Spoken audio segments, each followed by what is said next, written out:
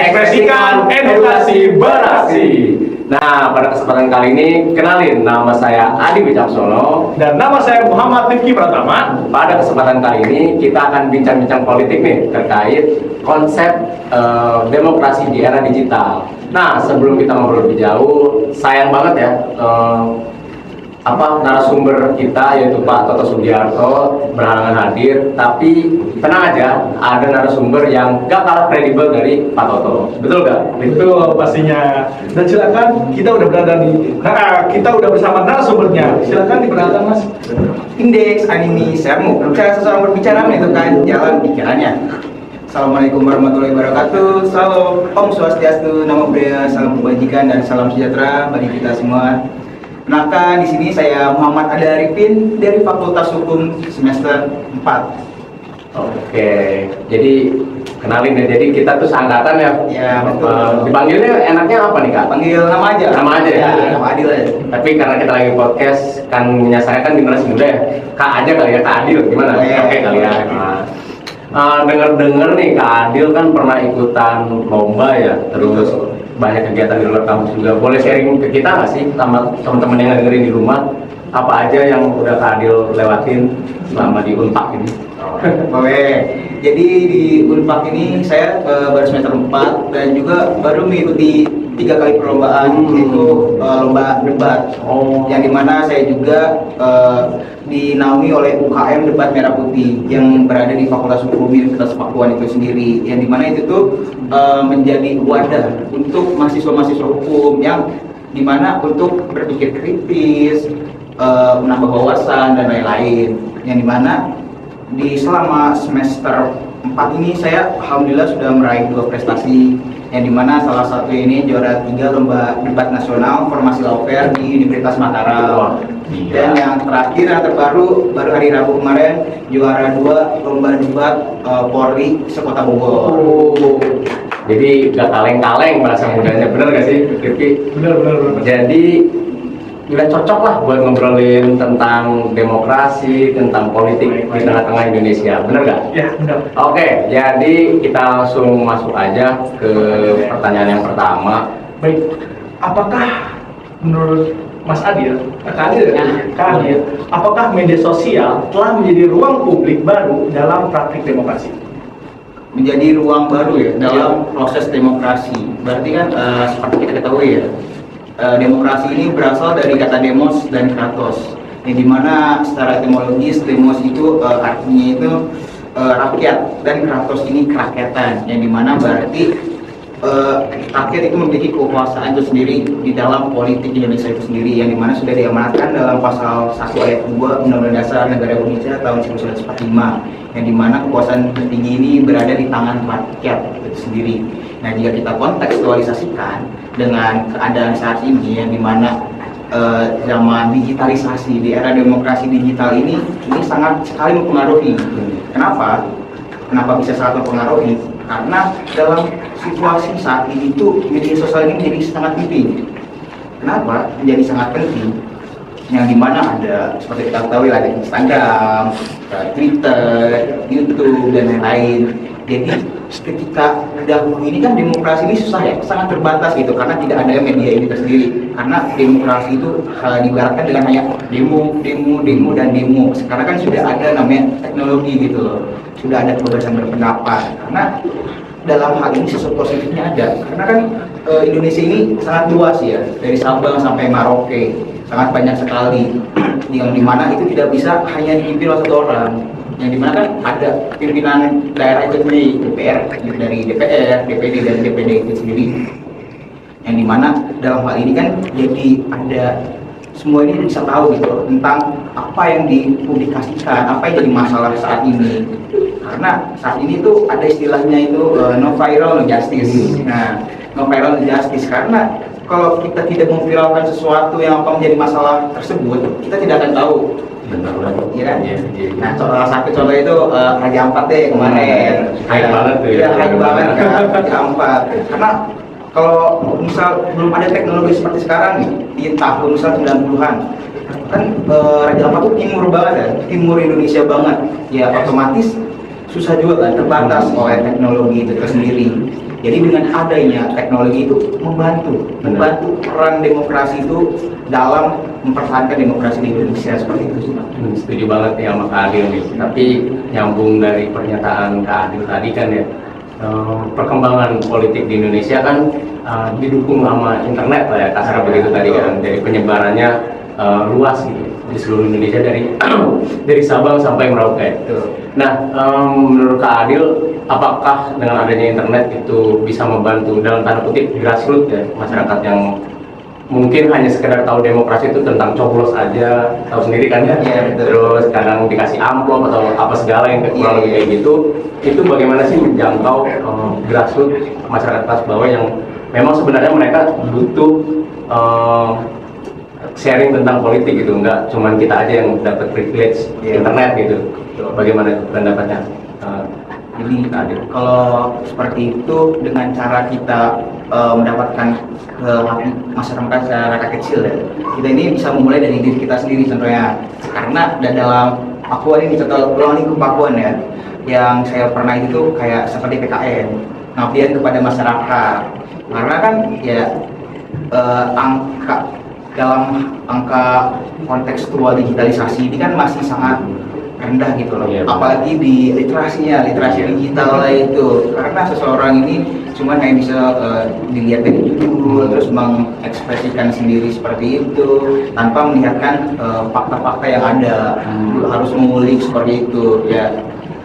Berarti kalau kita grassroots seperti itu, kita harus kepada masyarakat kecil, dimulai dari kita sendiri, dari Gen Z itu sendiri. Iya betul, karena yang paling besar pengaruhnya itu kita.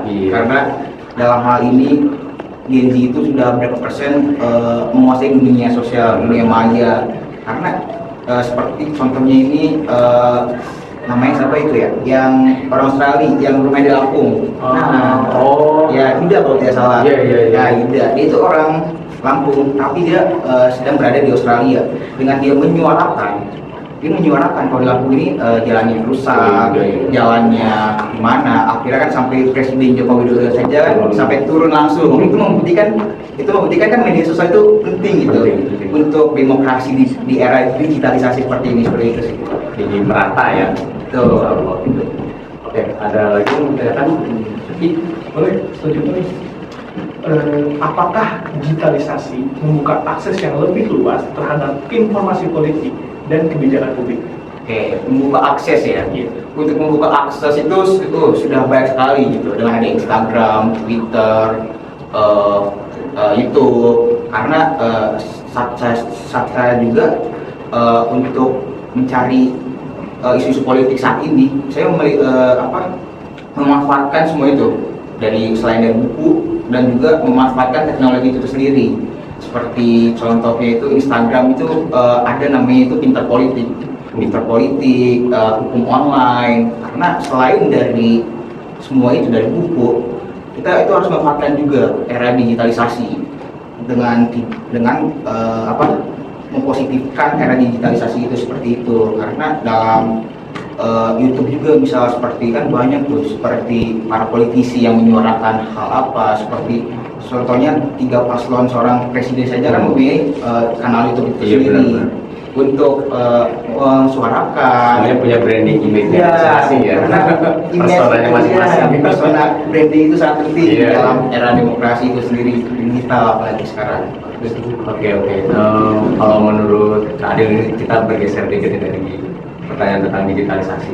Kita kan berkaca sama negara Cina ya. Jadi mereka mungkin tidak memakai sistem demokrasi, tapi mereka bisa mendemonstrasikan ide gitu. Jadi perkembangan teknologinya kan kita tahu kan mereka maju banget ya, maju banget tuh dengan kita. Nah, di Indonesia ini, konteksnya di Indonesia, menurut Kak Adil itu bagaimana kita untuk mencapai ke arah sana? Kan kita masih banyak yang kemakan gimmick, yang mohon maaf ya, ijazah palsu atau apa gitu. Betul. Nah kan ide-ide yang muncul di lingkungan kampus, di ruang-ruang publik itu kan banyak sebenarnya. Bagaimana tadi? Untuk mencapai seperti Cina mungkin bisa dengan cepat, akan tetapi kita harus didukung juga nih dengan sumber daya manusia yang seperti kita punya ini, kita harus bisa mensuarakan, apa ya, istilah ini sekarang itu open-minded lah. Karena seperti yang saya lihat ya, di dalam media sosial saat ini banyak sekali orang yang sudah bisa mensuarakan lah. Benar. Bahkan anak kecil saja yang kemarin saya lihat di YouTube-nya Ferry Irwan, itu tidak percaya dengan logika mistik. Iya, logika mistik. Karena dengan salah satu ciri seperti itu, nah ciri seperti itu bisa mencerminkan Indonesia emas yang seperti apa? Indonesia emas dalam pendidikan kah? Indonesia emas dalam generasi itulah. Jadi kita itu ya harus dimulai dari kecil, dimulai dari titik kecil, dan bisa dimulai dari siapa? Dari kita. Ya, karena dengan hal itu, dengan adanya pendidikan yang merata, itu tuh bisa mencerminkan kita gitu loh. Karena pendidikan itu sangat penting.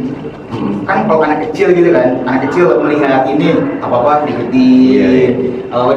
Jadi anak kecil tuh harus melihat yang positif juga gitu loh. Biasanya kan di dalam lingkungan itu hanya dipraktikkan kepada hal-hal yang negatif saja. Seperti masalahnya sekarang juga banyak ya anak-anak kecil yang sudah merokok, sudah apalagi ketergantungan dengan HP, main Roblox. Iya, main Roblox. Seharusnya kan bisa nama itu diberi ruang gitu loh kepada anak-anak juga, karena berkembang. Iya, mereka berkembang. Peran orang tua juga sangat penting. Karena supaya misal anaknya tidak rewel, udah nih kasih HP, dia mereka main Jadi game. mereka mikirnya short term aja ya, Diem, tapi tidak tidak melihat masa depan juga gitu loh. Mereka yang memikirkan hal kecil tanpa melihatkan hal-hal yang besar. Padahal kan anak itu masih sumber imajinasinya masih luas, masih bisa dieksplor. Sayang sekali gitu. Iya betul, sayang sekali. Iya, karena anak-anak yang bisa saja untuk melek politik itu dengan era yang saat ini, itu sangat bisa gitu loh. Kenapa? Contohnya dari hal kecil, seperti ini, misal Prabowo yang joget, itu kan banyak sekali anak-anak yang sangat suka. Seperti hal-hal visi-misi yang untuk memanfaatkan media sosial itu sendiri gitu loh. Bahkan itu jadi simbol tersendiri ya. Simbolnya itu jadi dia image tersendiri. Iya. Oke, gimana lagi? Baik, selanjutnya nih. Bagaimana teknologi membantu proses transparansi pemerintah dan akuntabilitas pejabat publik? Oke, teknologi untuk membantu ya. Teknologi untuk membantu saat ini sudah banyak sekali mas. Salah satu contohnya ini handphone deh, selain media sosial kan bisa WA, seperti misalnya WA, Instagram, seperti contohnya ini saya nama webnya itu lupa, tapi kayak pengaduan kepada DPR, kepada DPD itu sudah ada, tapi saya maaf lupa nama webnya, nanti kalian bisa cek kembali saja. Teman-teman jangan lupa cek ya. Ya untuk memastikan, karena itu tuh sudah sangat bisa, karena era digital ini sekali lagi pasti sangat mudah semuanya. Karena apa? Jika kita memanfaatkan teknologi yang sudah ada, itu sangat mudah sekali. Sekarang apa-apa sekarang searching. Jadi sekarang serba open source lah ya. Iya, open source.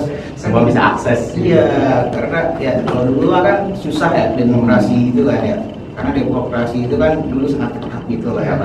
Baca buku aja dulu sangat larang. Baca buku Pramudia Natatur aja kan malah kan. Iya, kan kalau sekarang di semua masuk ke permukaan. Iya, perpustakaan ada, semua bisa didapatkan dengan mudah lah. Bahkan kalau ada buku fisiknya gitu lah. Sekarang ada e-booknya banyak. Ya, jadi kalau digital ini sangat dimanfaatkan oleh semua kalangan, ini sangat mudah sekali dan juga tidak sulit untuk menciptakan Indonesia Emas 2045 yang bukan sekedar visi misi saja.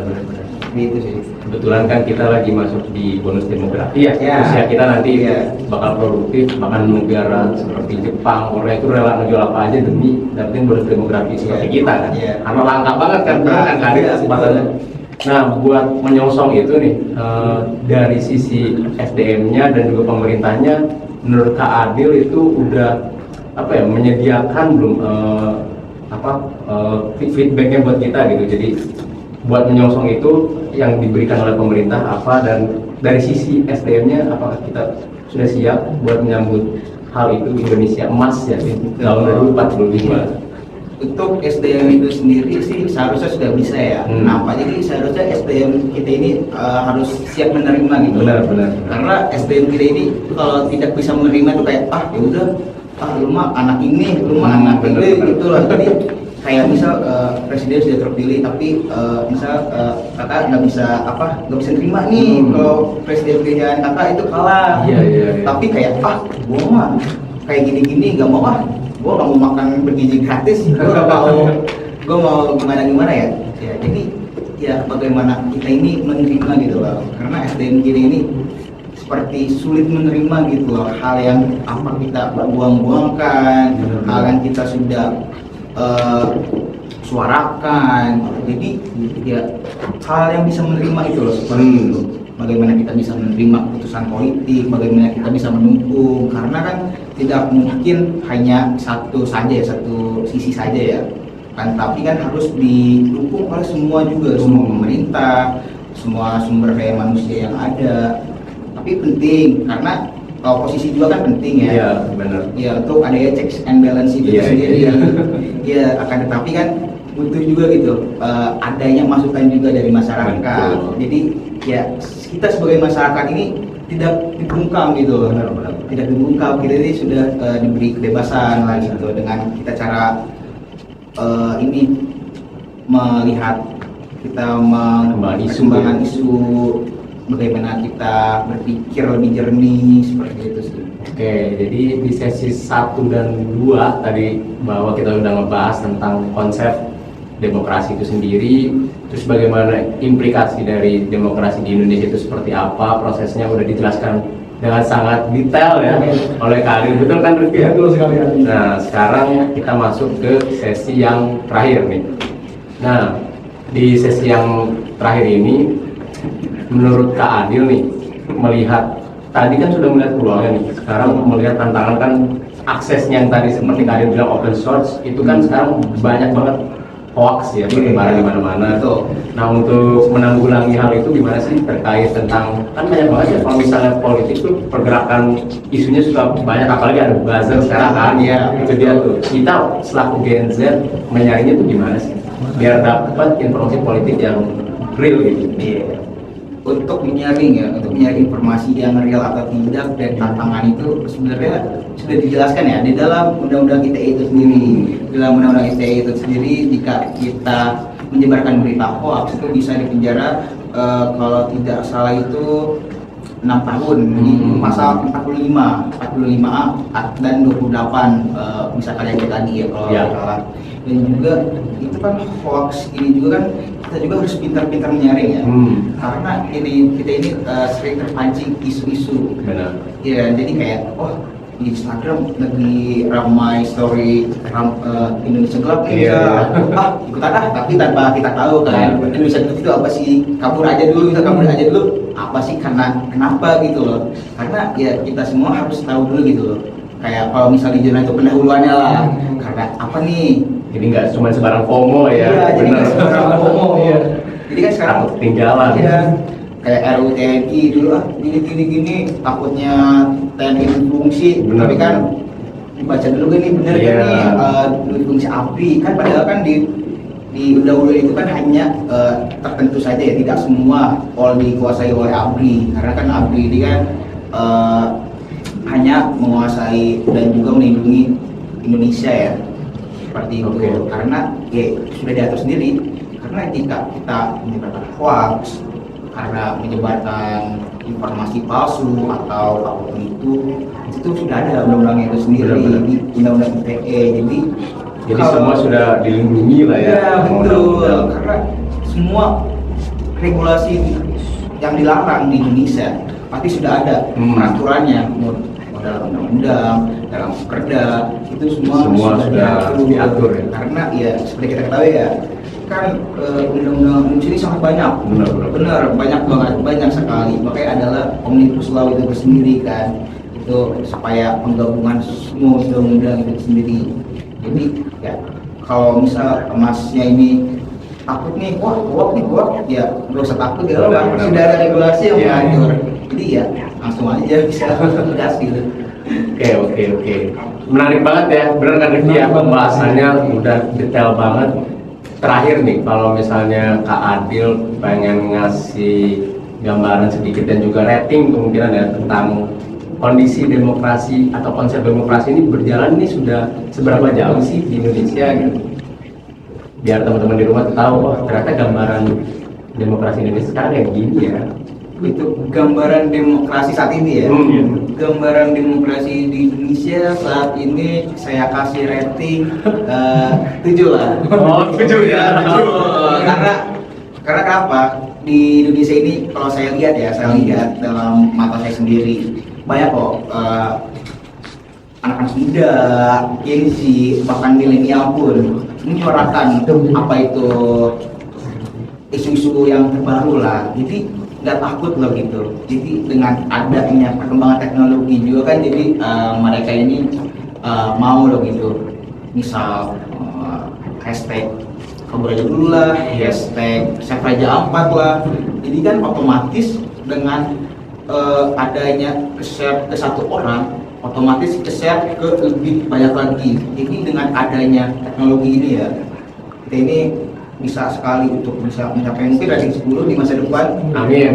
Bonus ya. Iya, benar. Sekarang kan iya dengan Karena juga terjadi perputaran ya, benar Iya, sih, mengisi betul. pejabat publiknya Iya. diisi oleh generasi kita. Iya, generasi kita akan mengisi pejabat publik seperti apa lah kita nanti lihat di masa depan itu sendiri. Apakah masih pragmatis? Waduh. Semoga enggak ya. Jadi kurang lebih seperti itu teman-teman, pembahasan tentang konsep demokrasi di tengah-tengah Indonesia. Jadi Rifki, ada yang mau dibahas lagi mungkin? Sudah menarik, sudah detail. Nanti mungkin kita akan ngobrol di kesempatan berikutnya. So, Sampai jumpa di kesempatan lainnya di podcast Muda Bersuara, ekspresikan edukasi beraksi. Dadah.